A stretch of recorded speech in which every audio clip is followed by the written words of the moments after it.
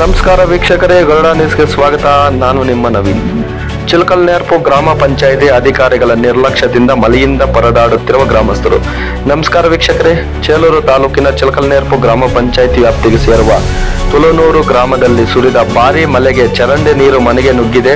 ಇದರಿಂದ ಗ್ರಾಮಸ್ಥರು ರಾತ್ರಿವಿಡೀ ನಿದ್ದೆ ಇಲ್ಲದೆ ನೀರನ್ನು ಖಾಲಿ ಮಾಡುವ ಕಾರ್ಯದಲ್ಲಿ ತೊಡಗಿದ್ದಾರೆ. ಇದಕ್ಕೆ ಕಾರಣ ಗ್ರಾಮ ಪಂಚಾಯಿತಿ ಅಧಿಕಾರಿಗಳು ಇಷ್ಟು ವರ್ಷವಾದರೂ ಚರಂಡಿ ಸ್ವಚ್ಛತೆ ಮಾಡದೇ ಇರುವುದು ಕಾರಣ ಎಂದು ಗ್ರಾಮಸ್ಥರು ಆಕ್ರೋಶ ವ್ಯಕ್ತಪಡಿಸಿದರು.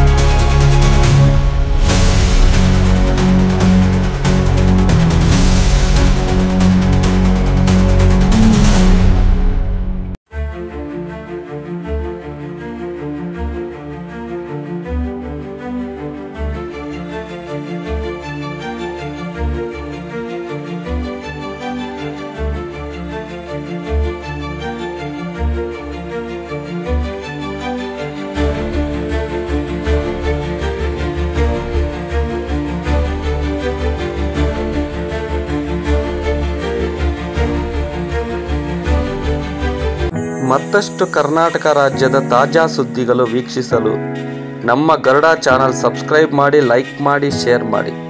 ನಮ್ಮ ಚಾನಲ್ ನೋಟಿಫಿಕೇಷನ್ಗಾಗಿ ಬೆಲ್ ಐಕಾನ್ ಪ್ರೆಸ್ ಮಾಡಿ. ವೀಕ್ಷಕರೇ, ನಿಮ್ಮ ನೆಚ್ಚಿನ ಸುದ್ದಿಗಳು ಹಾಗೂ ಜಾಹೀರಾತುಗಳು ನಮ್ಮ ಗರುಡ ಚಾನಲ್ನಲ್ಲಿ ಪ್ರಸಾರ ಮಾಡಲು ಕರೆ ಮಾಡಿ. Naveen Garuda, mobile number 7411065498.